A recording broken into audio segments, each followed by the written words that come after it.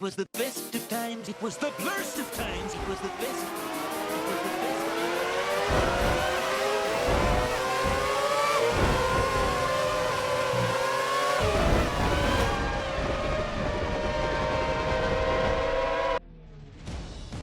Formula 1 is the greatest tour of motorsports in the world, and Codemasters have delivered not only an outstanding entry in their Formula 1 series, but they have made a new benchmark for the professional racing games.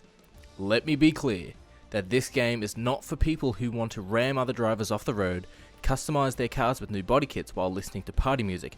This is for players who want to go fast. Now, is there anyone out there who wants to go fast? Anybody? I want to go fast. Hey, get him a suit. Hurry up, let's go. Starting the game for the first time, players create their character, choose their country, and pick their name, as per the previous years, though the career mode is a little different this time around. Rather than just starting in Formula 1, your character will start at the end of a Formula 2 championship who's working their way into Formula 1. Refreshingly, your career in Formula 2 is scripted and has race cutscenes similar to what we've gotten in the past, such as Need for Speed Most Wanted. This Formula 2 and rivalry introduction gives Formula 1 2019 more personalization rather than just a simple simulator. The main reason you would get a copy of F1 2019 is for the racing, and holy crap is Formula 1 fast.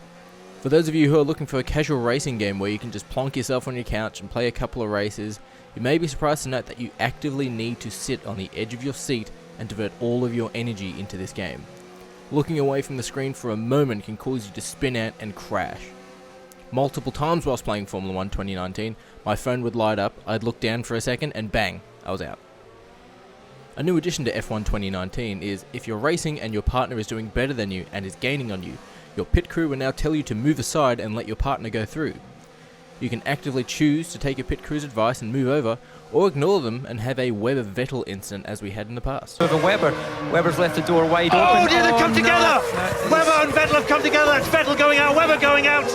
What was going on there? The sound in Formula 1 2019 is outstanding. If you've got a surround sound setup and an empty house, turn that bad boy up as loud as it goes, because holy crap, does the roar of the engine sound amazing. If you complain that there's no background music while driving in Formula 1 2019, then you clearly aren't driving fast enough and you don't have the volume up loud enough.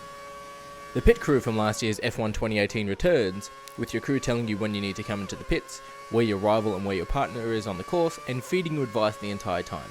One thing that really amazed me was while I was playing with my headset charging and the surround sound turned up, and annoying my shitty neighbour, I couldn't hear my pit crew. But every now and then I would hear them really quietly. The game was actually funneling the pit crew chat into my headset, and the only sound coming out of the surround sound was the roar of the engines. When you have the stereo on at the same time as the TV, how do you control the volume on the TV? Why do you want to listen to the TV with the stereo on? Because I like to party. Visually, Formula 1 2019 is stunning.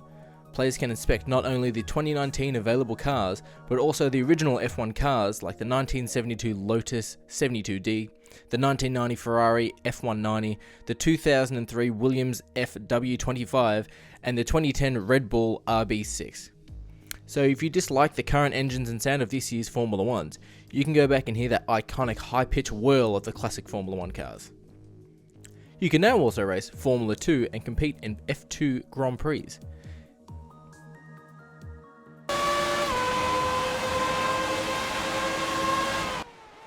If you've never played a Formula 1 game before, playing F1 2019 can be a bit of a learning curve. Yes, you can turn off the damage and put it into easy mode, but that wouldn't be Formula 1. I got my wife to play a couple of races at Melbourne.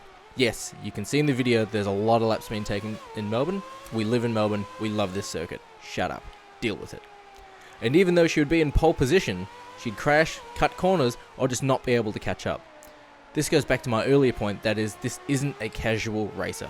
You need to actively be sitting up and paying attention to everything. Podium, and I can see the Renault team underneath our commentary box. Codemasters have not only made another outstanding Formula 1 title, but this entry in the series has me actively picking up my controller to beat my vocal and dick of a rival.